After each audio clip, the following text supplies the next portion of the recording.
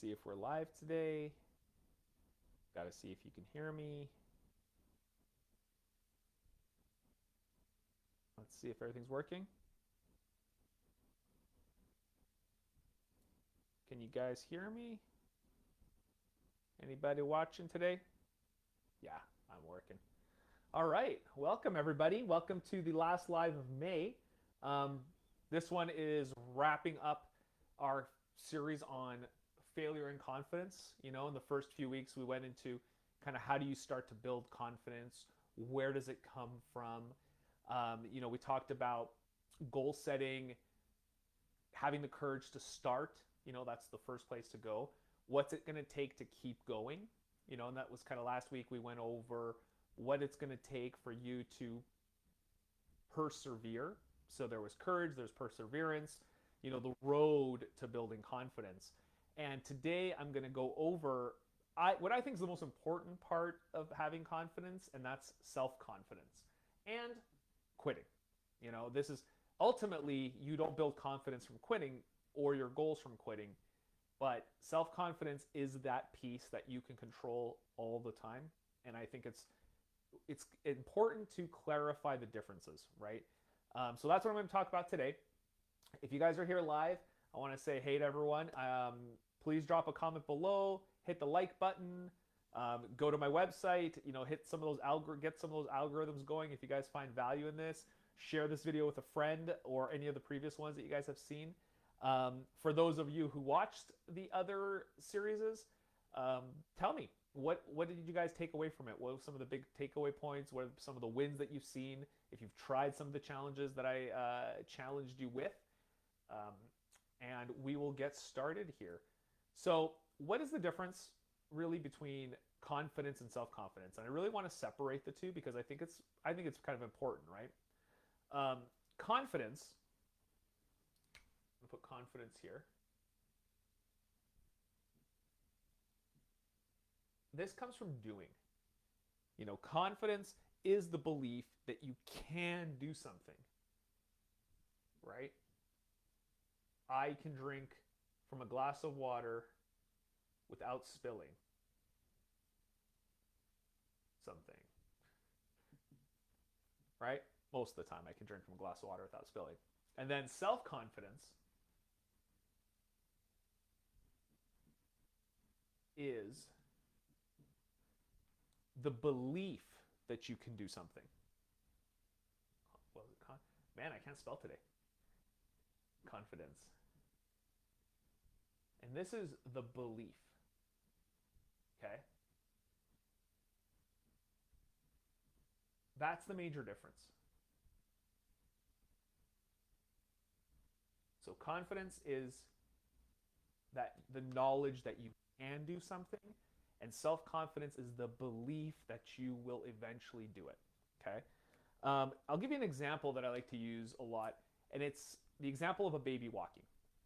Okay? As a parent, I watched my kids, and we all know kids will learn to walk at different stages, but almost all kids learn to walk. And why is that? We have confidence and the self-confidence, or we know that ultimately through trial and error, through exercise, through rising and falling, that your kid will eventually learn how to walk, right? You walk today and you take your step and you take another step and you have supreme confidence in walking. And confidence is a little different than arrogance.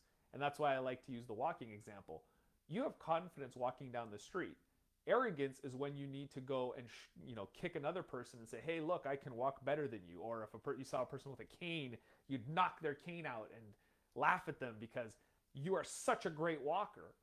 But in the self-confidence, you believe that if you were to get injured, that you know the process that it could take to get back and learn to walk, right? It's just a process like everything else. And so if you look at confidence, this is in the past tense, and that's another good way to think about it. So confidence is in the past. It's already been, this is like done energy, right? This is done. It's in the past, right? Self-confidence is about what's going to be done. And this is your future. This is the future. So when people always say confidence is attractive, it's not confidence that's attractive, it's self-confidence that's attractive. And it applies almost directly to the dating world, or when you're with a significant other, or when you walk in and command a room. It's not the confidence. You're not commanding the room because you know how to walk. You know how to command the room because of your belief in yourself, and that comfort. So with confidence, with doing, brings that comfort, right? Where you're at ease. But the self-confidence is that courage, that perseverance, all of that those skills that I talked about in the previous lives, they come together with that. So, if this resonates, or if you're confused about this, definitely drop it in the post below, and I want to clarify it because I think it's a super important point, and it's definitely something you want to think about when you're starting to lose belief. And this kind of leads to the next part, which, how does quitting play into all of this, right? At what point are you going to quit on you trying to do something? So remember, in the very, very first episode this month, I talked about setting a goal, setting a challenge, doing something hard so that you could test these skills. And of that, there will come a point where you want to quit, right? That was where the courage came to overcome your first obstacle, overcome multiple obstacles. How many times are you going to try before you stop, or if you want to stop? There are some things, like if your child was in trouble, people could put up 1,000 barriers in front of you. You would never stop in order to achieve that goal, to get to your child. Well, when are you going to quit is another question that you can ask yourself. And do you have the belief that you can do something through to its fruition, through to its completion, right? So failing, losing, being beat up, they're not the same as quitting. They're just the obstacles and the perseverance that's needed in order to achieve a goal. I like to watch sports a lot, and I find that this idea of confidence and self-confidence really plays in the sports arena, and you see it real time. Have you ever watched a hockey game or a football match where one team is just getting blown out, right? And you can see through the body language, through the chippiness of the match, that one group, you can tell between two losing groups who has the self-confidence that keeps working at it, goes out every shift and keeps putting the effort forth, even though they know they're blown out, but they're using that as an opportunity to test themselves, to get better. They're not giving up their self-confidence, their belief in themselves, to keep working harder. And then you look at the other group that has just quit on themselves, quit on each other, quit on their coach, quit on their teammates. And think of the energy of that. You never root for the people who are quitting on each other. You always are rooting for the underdog who keeps striving, who keeps going after it, who has the belief in themselves. Like, that's something we all love, we all resonate with. We identify oftentimes as the underdog, right? Who doesn't love an underdog story? And I think that is really where this concept of self-confidence plays in, to help to get you to your goals and to help to get you through the tough times. It's that belief, that idea that someone's cheering for you to win. Oh, thanks, Trisha. Nice to see you here. So my idea is, this idea of self-confidence is what I'm going to teach on today, and how you can create this for yourself. So really, if this is the only tool you need to be successful, what it basically essentially boils down to is 100% belief in yourself that you can do something, even if you don't have that cheering section. And how do we create that? You need to become the cheering session for yourself. So when you have that first obstacle, or you're facing the first time doing something and you need to build that courage, well, where's your cheering section in your head that's going to help to propel you forward, to help you to take that first step? That's your self-confidence. The next time, when you face that first obstacle, or when things start to plateau, say it's weight loss, say you're trying to lose your 10, 20 pounds and you plateaued. Well, what's going to get you to the next stage, to the next gear? It's this cheering section that says, you know what? If you just keep going, you will see those results. So my teaching point number one is one more try. Kind of the mantra, one more try. And I'm going to write it down. So there's one. And last week, which is this a question mark or is it a statement? Right? Are you willing to go on 1,000 dates if you knew that you would meet the woman or man of your dreams on the 1,001st date? If you knew that, if you already knew the outcome, would you go through the adversity? And I think most of us would, if it was a goal that we really wanted. And I think the dating one's a perfect one. There's so many. I was single for a long time, and I think that you give up hope oftentimes about going out and meeting people because you're like, oh, I'll never find anybody. I've dated 1,000 people, but what if it was 1,001? It just takes that one time to break through, and it's the same with any of our goals. It just takes that one time for things to click, for the light to come on, for the client to show up. And when we're trying, we're making ourselves available for success. Once we quit, we stopped. And that leads me to kind of number two, which is letting go of the outcome. This is something I struggle with a lot, especially being goal-oriented. Letting go of the outcome will free you up.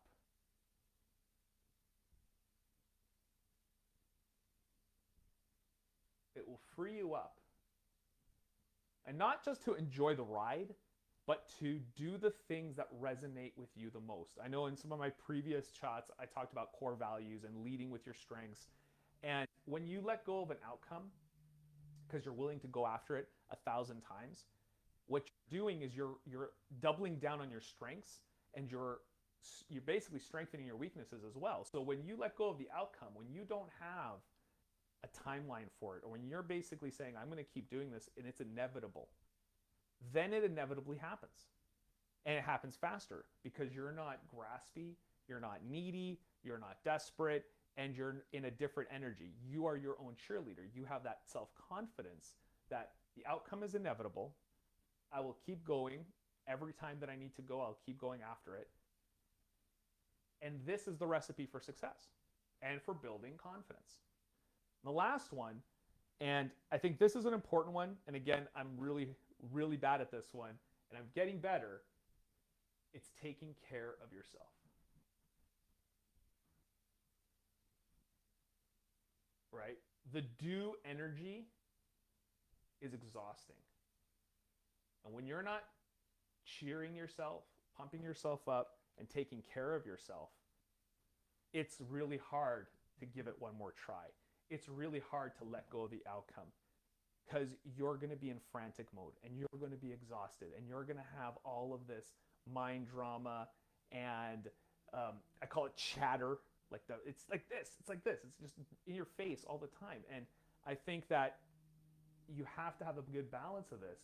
Check in with yourself. Do you need a break? Do you need to go do something fun? Do you need to just put a pause on the effort, then come back to it? Because no one said you can't put a pause on it. You don't have to quit, right? You can just say, maybe I'll try again tomorrow. I'm off for the night.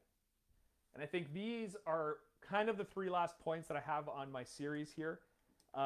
Let me know what you guys thought of this. I normally end with a challenge, but my challenge is for you guys at the end of this program to go back, look at all of the series, execute some of the challenges from those different weeks, and use this mantra in your head. Like, pin it up. Put it somewhere where you can remind yourself that this is a long game. This is about building confidence over time. And confidence, again, like I mentioned earlier, is in the past. It's already done. It's the self-confidence that we need to work on, and that having your own back mentality. So, like I said, if you guys love this, you can go back, you can watch the other videos either on my website at peteveskus.com. I also have a YouTube channel. Go subscribe. I kind of want more than 5 followers. If you're interested, I'm still running the promotion where I'm offering 45 minutes to sit down and strategize over building a plan around a problem or something that's, currently your biggest pain point, sitting down with me for 45 minutes could really just put you on the right path and alleviate some of that stress, put you in action mode instead of stress mode. So I really highly suggest you guys take me up on the offer. It's free. It's a opportunity for you to see the power of coaching. So looking forward to June. I'm going to be rolling out decisions and decision making. I think that's a critical piece of why we fail, because we don't make decisions. So it's going to be fun.